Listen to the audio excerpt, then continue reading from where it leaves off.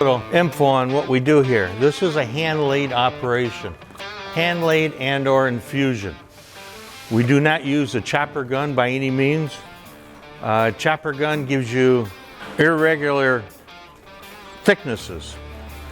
And so, and what we're doing is a hand lathe process where we're going to come in here with a total of 4.5 ounces of mat.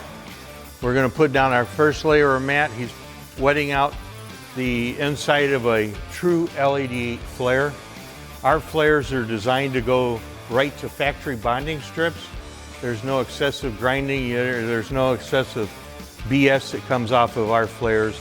They're right on the money. And so you wet out the mold first, and then the next thing will be is the matting. We're going to start with, what ounce, Todd? Okay, so we're starting off with the 1.5 ounce mat is the first product that we put down. And after this has been wetted out and shaped into place, then we'll go with our 3 ounce. There's a binder in this mat that keeps it stiff. And once the resin hits it, it'll start to relax the binders that are in the mat. And so then it starts to take a better shape. But you can see the technique of a hand lathe. Your hands are in this thing. We're going to get perfect thicknesses here when we're done.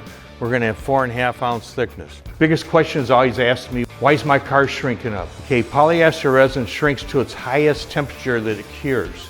And so if you're building a car in the middle of the winter, your garage gets to 70 degrees, that's where it stops curing. Now comes springtime, summertime, you take that car out in the sun and it gets up to 90 degrees, 100 degrees. It's going to shrink a little bit. We use the same resin to build a part that we use to build a mold with. We use all vinyl ester resins in how we build a part. We want our part to be superior to anything else that's out there. We want our part to make sure it's going to be the best. And so we use vinyl ester resin in our parts. And the vinyl ester resin kicks off at a higher exotherm, or however the scientists relate to that.